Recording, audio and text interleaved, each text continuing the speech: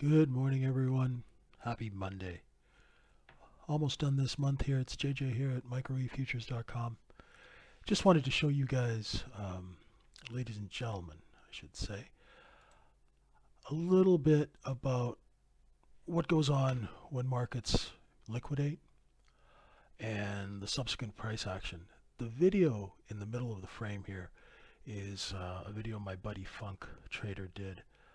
And I'm just going to explain what happens. This video shows a footprint chart. And it just basically the same thing is happening. You can see it on any kind of a chart. Here you see consolidation after liquidation. And what happens is the shorts come in and cover first. This is a very quick 2-minute video that is going to show you exactly what happens. So the market is liquidated. And you see there's a low here at 97.25. See, it just takes that low and runs the stops. And then the shorts come in and start gobbling up all the sell orders down here, because shorts hang out where the selling is, right? Like, John Dillinger said, why do you rob banks? It's because that's where the money is, right? You hang out where the selling is if you're a short seller, so you can catch that paper when it drops. So anyway, now what happens is price starts to stabilize like it did here. Now these are half-hour bars, right? But this is generally the same concept that's happening on shorter time frames or longer time frames. This is what you look for. You look for that price to start stabilizing, just above where the excess is in these charts, right? And by the excess, what I mean is down here, right? You see how just in this area here near 43, it just sells off for just that 1 half-hour period. You see, but the subsequent half-hour periods don't get down into that period. So price stayed under 43 only for a brief moment of time as compared to the rest of the session. So the quicker the flush down and back up, just like here, this flush down and back up was 10 seconds. Okay, this is half an hour. Different time frame, same principle. Then what happens is the long traders who are wholesalers, they see those orders coming in, they know the selling's starting to shut off, so they start building a long position here because that's their job. Buy wholesale, and then when the market goes back up, as it takes the upper stops, you sell it back into new initiating longs. It doesn't have to be retail, it can be anybody, right? We don't care who's buying, as long as they're buying. So you build the position here, the large wholesale traders and those who act like wholesale traders, right? They buy and they go long here. There you get the time point of control. It should have moved down, it didn't. But the volume point of control, which is, this is the cost basis, right?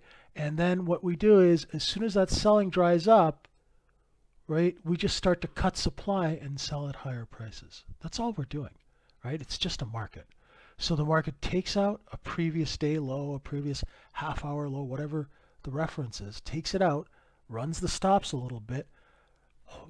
The shorts come into cover, wholesale jump on, and you get two sets of buyers, less selling, cut the supply, sell higher as they're doing right now for a profit, right?